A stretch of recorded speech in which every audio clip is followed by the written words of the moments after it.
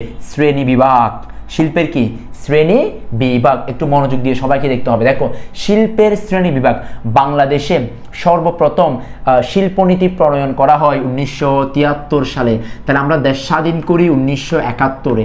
71 সালে দেশ স্বাধীন হওয়ার ঠিক 2 বছর পরে, কত বছর পর? 2 বছর পর 1973 সালে বাংলাদেশে শিল্পনীতি প্রণয়ন করা হয়। তাহলে বাংলাদেশ শিল্পনীতি প্রণয়ন করা হয় কত সালে? 1973 সালে। বাংলাদেশের শিল্পনীতি প্রণয়ন করা হয় কত সালে? 1973 সালে। আচ্ছা, এরপর আমরা যেটা একটু দেখবো, দেখো মাঝখানে অনেকগুলো শিল্পনীতি আছে, একটু পর আমি সেগুলো তোমাদেরকে হাতে কলমে দেখিয়ে দিব।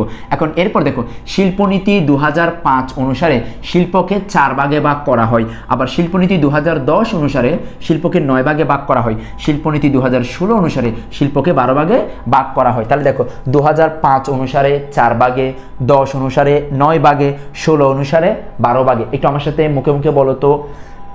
2005 অনুসারে 4 ভাগে, 2010 অনুসারে 9 ভাগে, 2016 অনুসারে 12 ভাগে।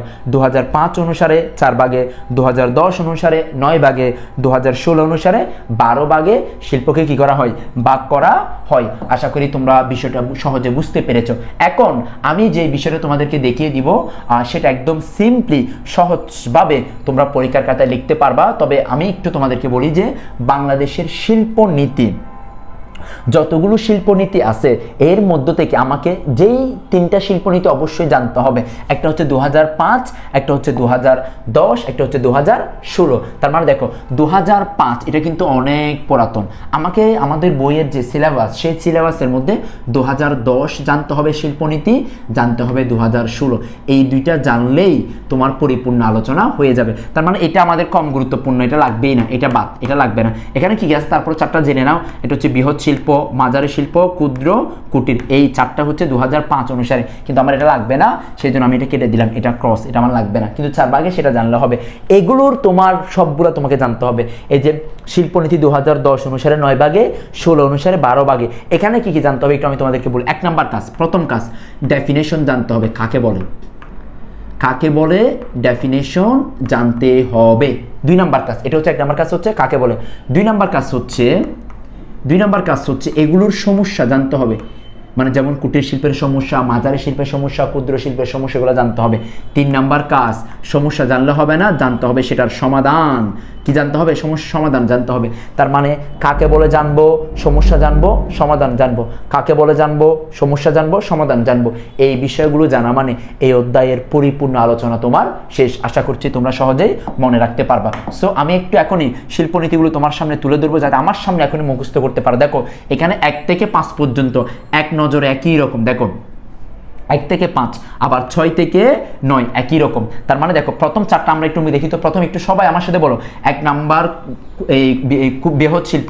আচ্ছা আমরা একটু সহজ করে শিখি, তাহলে মনে রাখাটা সহজ হবে। আমি উল্টা থেকে শিখাই তোমাদেরকে। দেখো একটু উল্টা থেকে আলোচনা করি, তুমি শিখবা আমার মতো। দেখো 5 নাম্বারকে আগে শিখবা।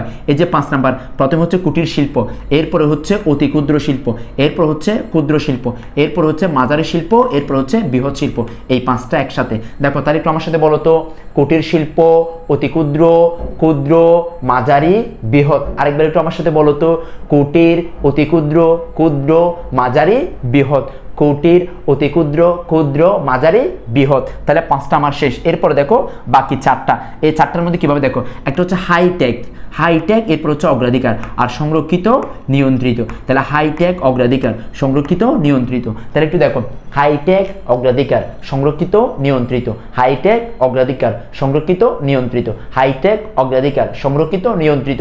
আমার সাথে বললে ভিডিও দেখতে দেখতে তোমার ক্লাস পড়া শেষ হয়ে যাবে, এটা নিয়ে আর কোনো কনফিউশন থাকবে না। আচ্ছা 2016, তার মানে এখানে যে 2010 আমরা 9টা পাচ্ছি, এই 9 পর্যন্ত সবই ঠিক আছে। তার মানে এটা আমার শেখা শেষ, এটা লাগবে না, এটা আমার অলরেডি শেখা এদিকে হয়ে গেছে। আমাকে এখন লাগবে হচ্ছে বাকি 3টা। এই 3টা দেখো, 3টার মধ্যে 10 হচ্ছে হস্ত ও তাঁত, আর 11 হচ্ছে উচ্চ অগ্রাধিকার, 12 হচ্ছে সৃজনশীল। তাহলে 10 হচ্ছে হস্ত ও তাঁত, 11 হচ্ছে উচ্চ অগ্রাধিকার, 12 হচ্ছে সৃজনশীল। 10 হচ্ছে হস্ত ও তাঁত, 11 হচ্ছে উচ্চ অগ্রাধিকার, 12 হচ্ছে কি সৃজনশীল শিল্প। এখন আমি প্রথমে